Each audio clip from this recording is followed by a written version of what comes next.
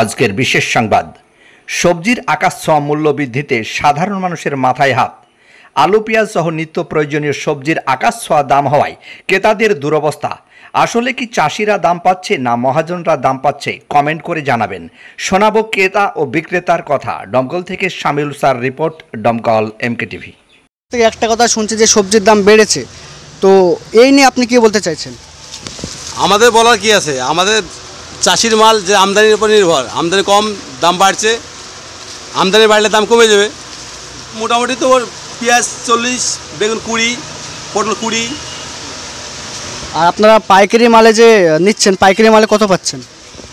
পাইকারি পটল 16 টাকা, বেগুন 16 টাকা, পেঁয়াজ 36 টাকা পাইকারি দাম। এটা আপনার নাম?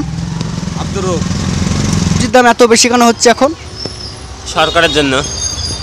সরকারের জন্য? হ্যাঁ। আপনাদের যে সবজির দাম টোটালে কত চলছে?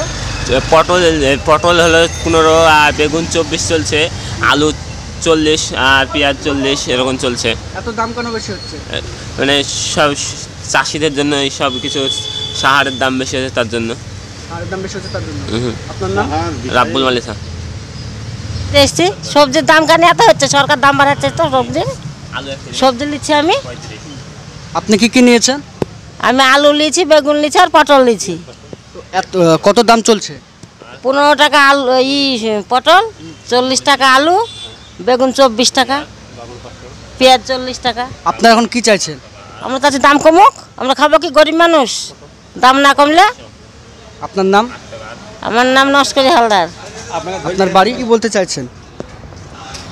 আমরা আর কি বলতে চাইছি, আমরা চালের ব্যবসায়িক। আমাদের চালের দামও মানে খুব একটা যে হাই তাও নয়, মিডিয়াম, কিন্তু সবজির দামটা অতিরিক্ত বেশি। এবং মানুষের দৈনন্দিন প্রয়োজনীয় জিনিস যেটা আলু, সেই আলুটা অতিরিক্ত দাম হওয়াতে মানুষ আলুটাও ঠিকভাবে কিনতে পারছে না। 2 কেজি আলু কিনতে গেলেই 80 টাকা লেগে যাচ্ছে। তাহলে আর যে বাদবাকি যে সবজি কিনবে, তার প্রয়োজনীয় নিত্য প্রয়োজনীয় যে বাজারটা করে সংসার চালাবে, তার ইনকাম, আর্থিক অবস্থাও মানুষের এখন খুবই খারাপ। এবং দমকল বাজারের অবস্থাও খুব একটা ভালো না, ব্যবসার হাল খুবই খারাপ। তো আমরা চাইছি যে আলু, সবজি এসবগুলোর দাম একটু কমুক। চালেরও কিছু স্বর্ণ চাল আছে, এগুলোর দামও একটু কিছুটা কমুক, যাতে মানুষ আবার স্বাভাবিকভাবে জীবনযাপন করতে পারে। এই আচ্ছা।